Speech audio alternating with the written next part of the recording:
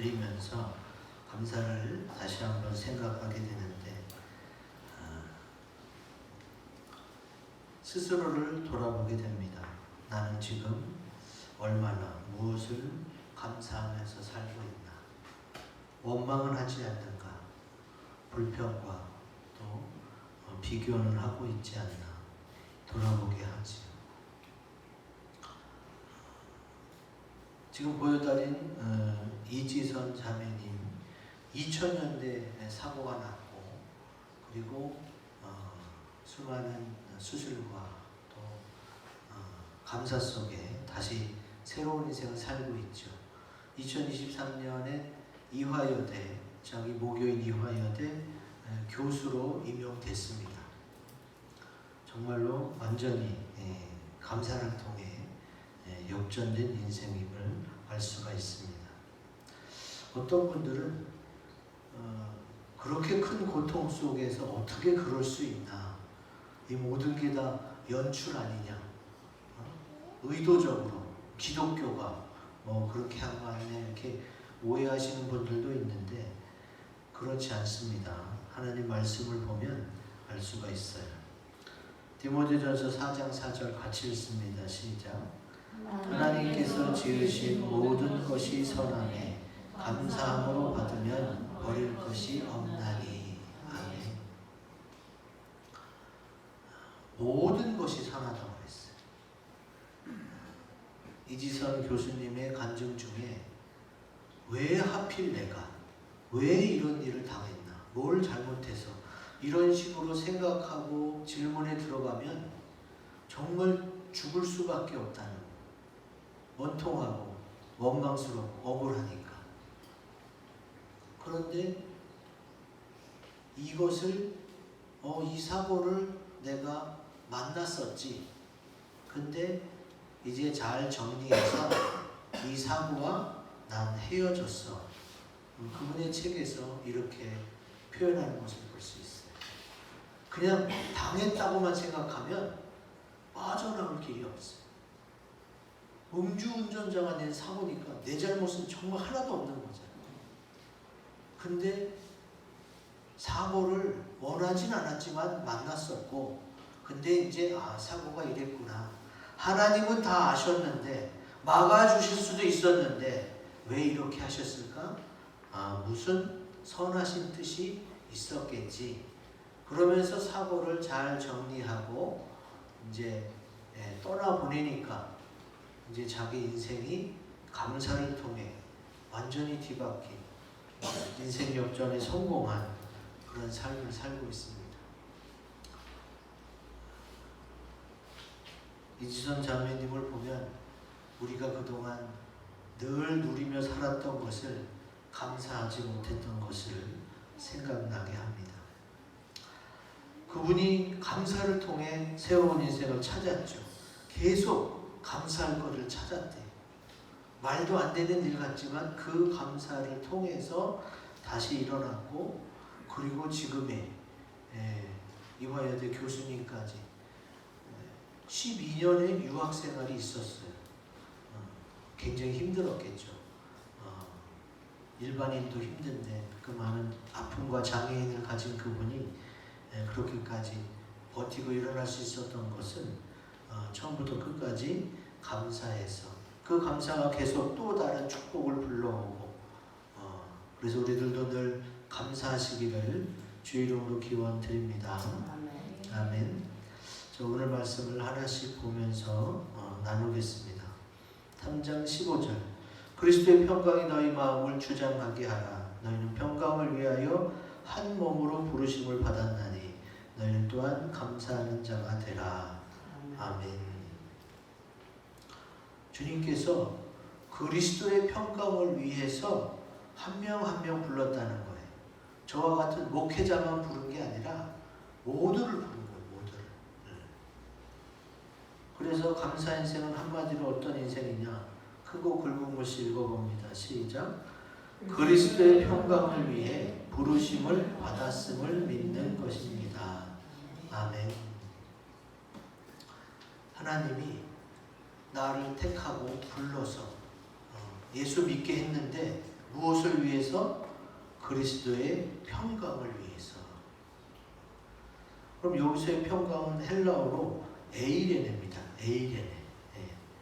성경에 평강뿐만 아니라 평안, 화목, 화평, 안전 이런 식으로 좋은 의미로 많이 번역되어 있어요. 그 중에 이 그리스도의 평강은 어떤 거냐? 요한복음 14장 27절에 자세히 나와 있습니다. 같이 읽습니다. 시작. 평안을 너희에게 끼치노니 곧 나의 평안을 너희에게 주노라. 내가 너희에게 주는 것은 세상이 주는 것과 같지 아니하니라. 너희는 마음에 근심하지도 말고 두려워하지도 말라. 아멘. 주님께서 평강, 에이레네를 주신다는 거예요. 어떤 평강? 예수님이 가진 평강을 주신다는 거예요. 그러므로 그리스도의 평강은 세상에서 흔히 말하는 그런 마음이 평안한 상태, 이거를 의미하지 않습니다. 그리스도께서만이 주실 수 있는 평강을 의미하는 거예요. 그러면 그리스도의 평강이 무엇이냐?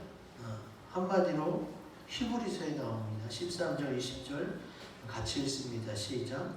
양들의 큰 목자이신 우리 주 예수를 영원한 언약의 피로 죽은 자 가운데서 이끌어내신 평강의 하나님이. 아멘. 이때의 이 평강도 에이레네.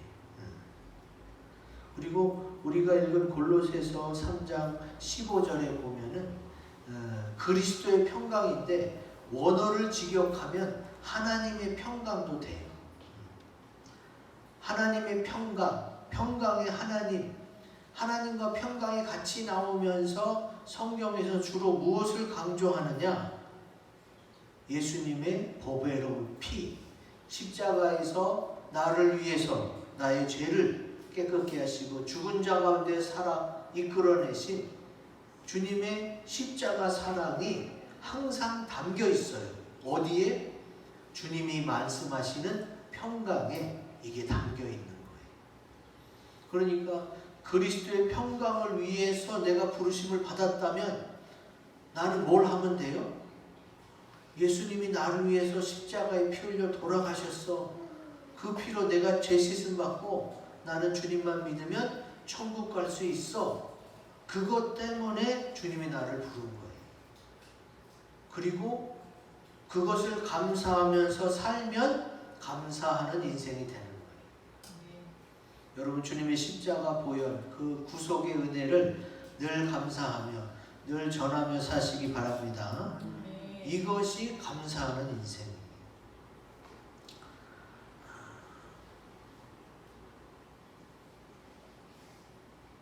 내가 그렇게 부르심을 받았어요.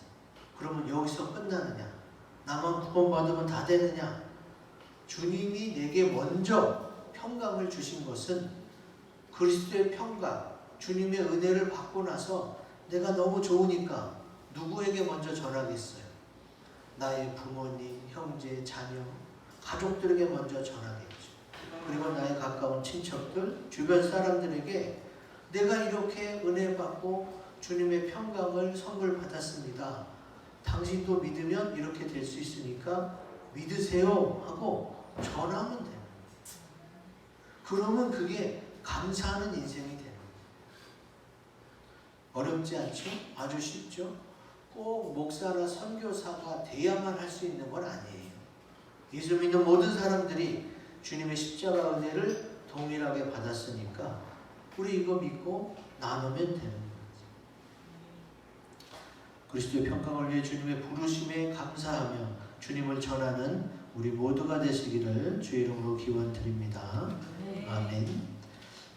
그 다음 이제 16절을 보면 그리스도의 말씀이 너희 속에 풍성히 거하여 모든 지혜로 피차 가르치며 권면하고 시와 찬송과 신령한 노래를 부르며 감사하는 마음으로 하나님을 찬양하고 이렇게 되어 있어요. 그러므로 감사 인생은 어떤 인생이냐? 같이 읽습니다. 시작. 그리스도의 말씀이 내 안에 있어 감사하는 마음을 갖는 것입니다. 아멘.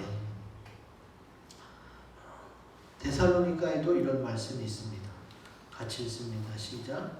이러므로 우리가 하나님께 끊임없이 감사하며 우리가 우리에게 들은 바 하나님의 말씀을 받을 때에 사람의 말로 받지 아니하고 하나님의 말씀으로 받음이니 진실로 그러하도다. 이 말씀이 또한 너희 믿는 자 가운데에서 역사하느니라. 아멘. 주님께서 하늘에서 막 벼락 같은 크고 웅장하고 부드러운 음성으로 말씀하실 때도 있지만 그거는 아주 드물게 일어나는 일이고, 보통 하나님의 말씀은 이렇게 예배 강단에서 또 목회자를 통해 설교자를 통해서 하나님의 말씀이 대언됩니다. 여러분도 지금 예배 드리러 오셔서 하나님의 말씀을 듣는 거예요. 목사의 개인적인 생각, 사상, 주장을 듣는 게 아니라 하나님이 이렇게 말씀하셨어요 라고 성경에 있는 것을 제가 풀어드리는 거예요. 그래서 데살로니가 교회가 하나님의 말씀으로 받아들이니까 어떻게 돼요? 칭찬받는 교회가 됐어요. 어려운데도 넘치도록 헌금을 할 수 있는 그런 교회가 됐어요. 그래서 주일날 예배 드린다, 하나님께 말씀을 받는다, 이런 기대와 또 설렘을 갖고 오시면 하나님이 넘치도록 챙겨주세요. 부어주시고. 근데 그냥 연례 행사처럼 또 얼굴 2장 찍는 것처럼 억지로 그냥 마지못해 끌려 나와서 이렇게 예배 시간에 앉아 있으면 하나님이 그걸 모르시겠어요. 하나님이 아신다. 사람들도 눈치챌 수 있는데 그거를 하나님이 모르시겠어요. 여러분, 예배 시간이 일주일에 한 번 뭐 어쨌든 꼭 지켜야 되는 그런 약속으로만 생각하지 마시고 기대를 갖고 오시는 게 좋아요. 하나님이 무슨 말씀을 하실까? 이번 주에는 어떤 말씀을 붙잡고 살까? 어떤 열매가 이루어지며 어떤 역사가 일어날까? 앞으로 어떻게 될지 우리 궁금하잖아요. 하나님이 나를 어떻게 하실지 궁금하잖아요. 그게 기대가 되고 그게 설레기 시작하면은 하루하루가 기쁘고 즐겁고 보람찬 거예요. 근데 맨날 똑같은 하루, 뭐 하나도 변한 건 없이 돈만 하늘에서 떨어지길 바래요. 여러분, 만약 그런 생각을 하고 있다면 살기 싫어지게 돼 있어요. 왜 그런지 아세요? 죽었다 깨나도 돈은 하늘에서 안 떨어져요. 돈이 하늘에서 떨어지는 거 본 적 있어요? 맨날 돈만 어디서 안 생기나. 성경에도 나와 있어요. 일한 만큼 버는 거예요. 그리고 버는 것을 족하게 여기면 감사하는 인생이 되는 거예요. 근데 더 많이 벌고 더 그냥 보장된 미래, 돈이 많다고 해서 여러분 보장된 게 아니에요.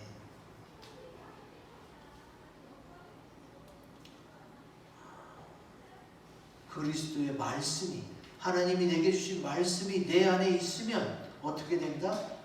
감사하는 마음이 생기는 줄로 믿습니다. 아멘. 근데 인생이 어떻습니까, 여러분? 생각한 대로 움직여주지가 않아요. 인생 자체가 그래요. 그럼 내 인생만 그래요? 누구나의 인생이 다 그래요. 자기 생각대로 되지 않아요. 그러니까 고난과 역경이 있는 거예요. 그걸 주님이 아시면서 감사하는 거예요. 이거 좀 너무한 거 아닌가? 일이 잘 되고 잘 풀리고 막 넘칠 때는 누구나가 감사할 수 있어요. 근데 대부분 그렇지 않다는 거죠. 그런데도 주님은 감사하라는 거예요. 이런 고난 속에, 역경 속에 어떻게 감사가 나올 수 있어요?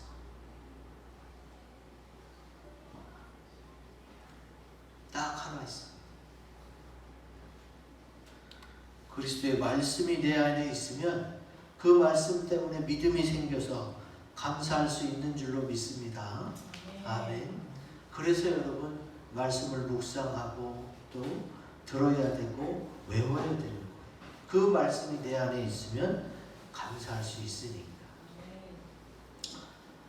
사도 바울이요 주님을 증거하다가 옥에 갇혔어요.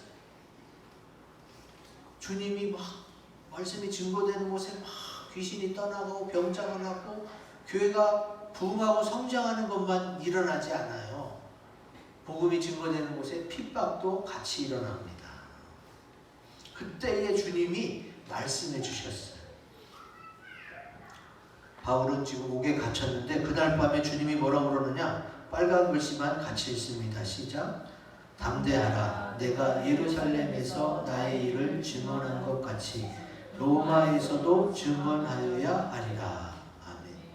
주님이 이 말씀을 밤에 주셨어요.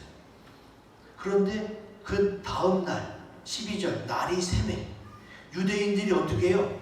때로 모였어. 때로 모여가지고 이 바울을 죽이기 전에는 내가 먹지도 아니하고 마시지도 않겠다 하고 맹세한 동맹한 자가 40여 명이는데 이것도 영향력 있는 자들이에요.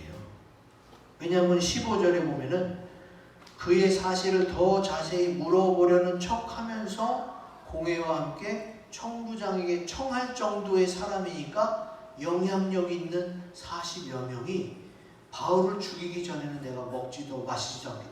금식하면서 죽이려고 한 명도 아니고 40여 명. 그러면 뭐 영향력 있는 40 몇 명이 이렇게 달려들면은 꼼짝없이 죽는 거죠. 그러니까 상황은 지금 바울 앞에 펼쳐진 눈앞에 보이는 상황은 꼼짝없이 죽는 상황. 근데 그 전에 하나님은 이미 말씀을 주셨어요. 담대하라. 예루살렘에서 나의 일을 증언한 것 같이 로마에서도 증언하여야 하리라. 그러면 이 말씀은 뭐예요? 로마에서 하나님의 말씀이 증언될 때까지 너는 절대 죽지 않는다. 이게 하나님이 주신 말씀입니다. 우리가 쉽게 너는 로마에서 나의 일을 증언해야 되니까 절대 죽지 않아 이렇게 말씀하면 더 쉬울 텐데 주님은 은유적으로 말씀하세요. 로마에서도 증언한다. 그러니까 너 다시 생각해보면 뭐해? 아무리 너를 죽이려고 40여 명이 금식하고 동맹해도 내가 너를 붙잡고 지키는 이상 너 절대 털 오라기 하나, 옷 오라기 하나 너 못 건드려. 걱정하지 마. 이렇게 믿음을 주시는 거죠.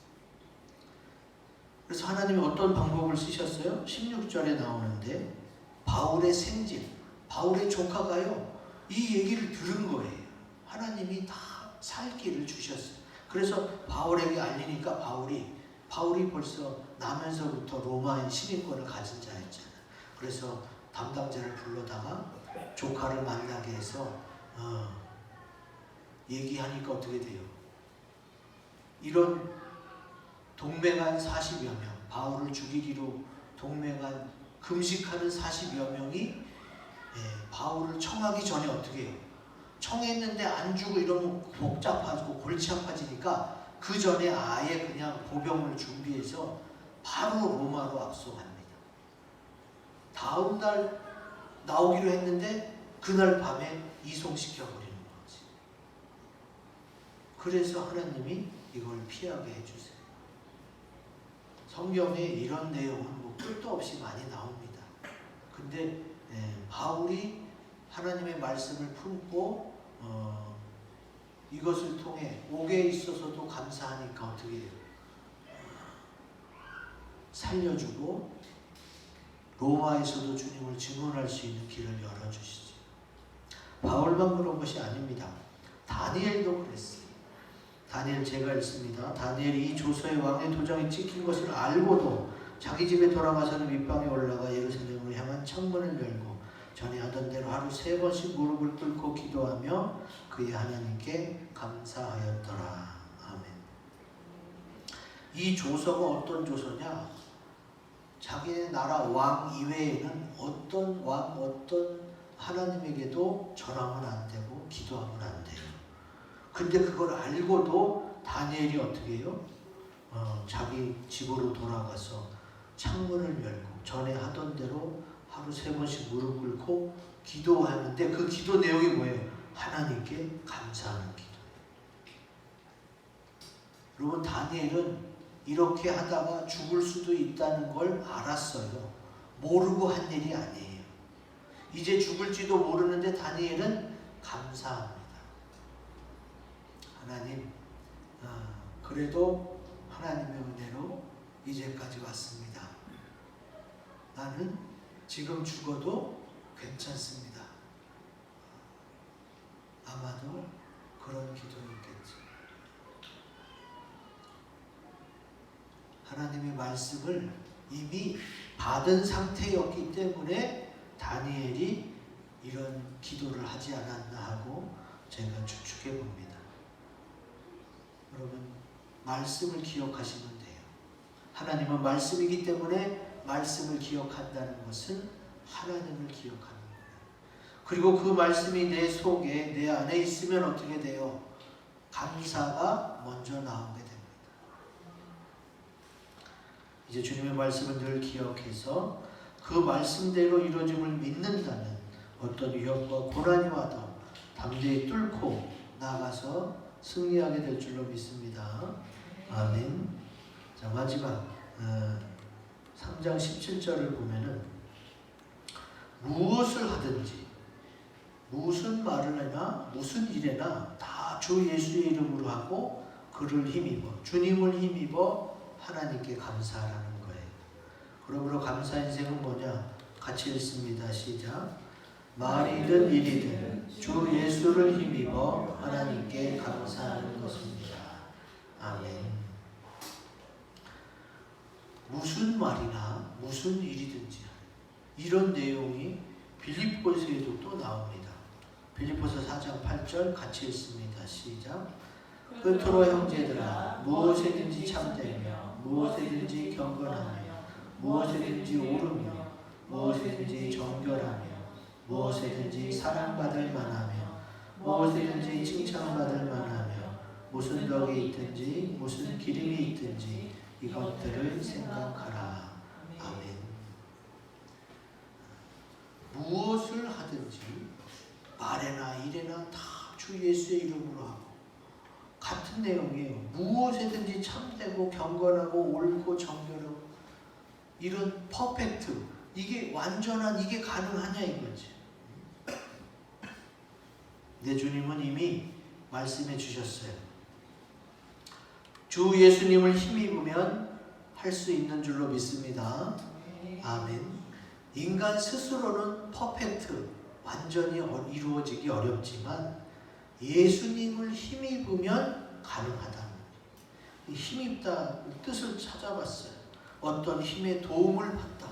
어떤 행동이나 말 따위에 용기를 얻다. 이 사전인데 성경 말씀을 그대로 옮겨놓은 것 같아요.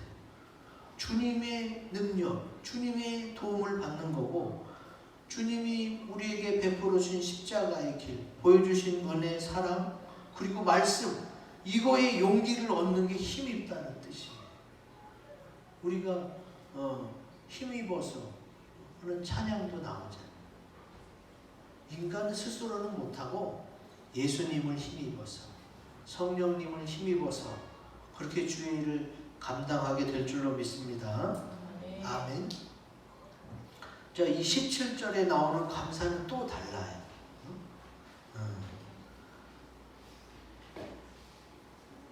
골로새서 3장 17절의 감사는 유카리스테오입니다. 15절의 감사는 유카리스투스고 이거는 테오고 16절의 감사는 또 카리스고 조금씩 달라요. 근데 이 유카리스테오에는 감사뿐만이 아니라 사례하다, 감사를 표현하는 것이 나와요.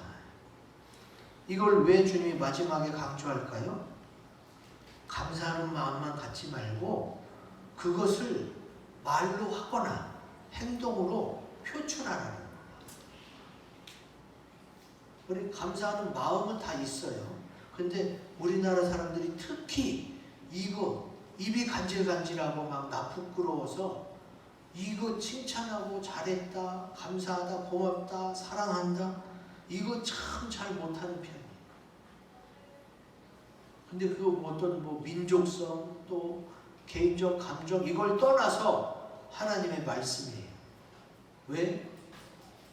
하나님이 주신 인생이고 감사함으로 살면 나도 복 받고 상대방도 복 받기 때문에 그래서 주님은 감사를 표현하라고 하시는 거예요. 여러분 감사를 많이 표현하시기 바랍니다. 예수님이 하나님이신데도 감사를 표현했어요. 자, 마태복음 26장 27절 같이 읽습니다. 시작. 또 잔을 가지사 감사 기도하시고 그들에게 주시며 이르시되 너희가 다 이것을 마시라. 아멘. 예수님도 하나님이시지만 인간의 몸을 입고 오셨잖아요. 그래서 많은 사람들에게 모범을 보여주신 거예요. 본이 되어서 감사 기도하는 모습을 보여주셨어요. 인간이신 예수님은 하나님의 능력을 힘입어서 주의 일을 하고 감사로 표현하고, 그러면 우리들에게 모범이 되신 건 뭐예요?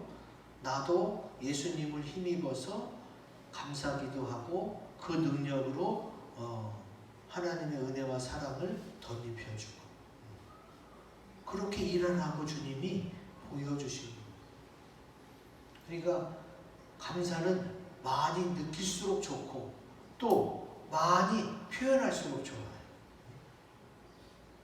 그럼 어떻게 돼요? 그러면 내 자신이 어떤 뿌듯함이 느껴져요.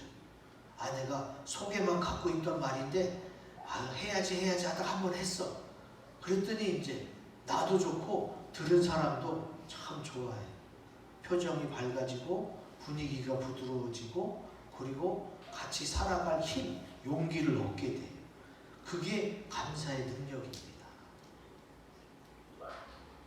그냥 비굴하게 나보다 능력이 많거나 높은 사람에게 뭘 얻어내기 위해서 이렇게 뇌물 바치는 심정으로 그러라는 뜻이 아니에요.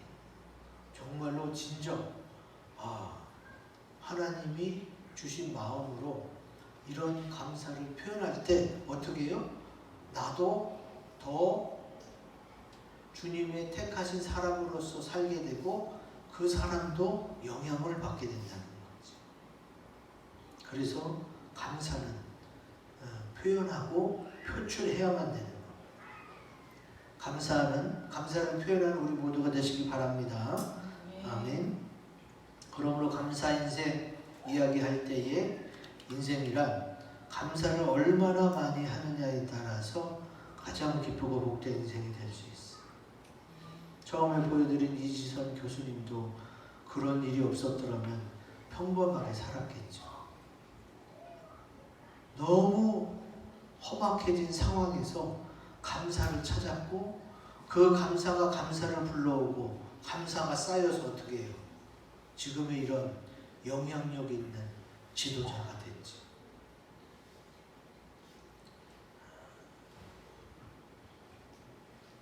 이제 감사 인생을 생각하면서 감사를 표현하고 나누어서 말이나 일이나 주 예수를 힘입어 주 예수 이름으로 증거하고 나누어서 주의 영광을 나타내는 우리 모두가 되시기를 주 이름으로 기원드립니다. 아멘. 이 말씀을 가지고 우리 합심해서 기도합니다.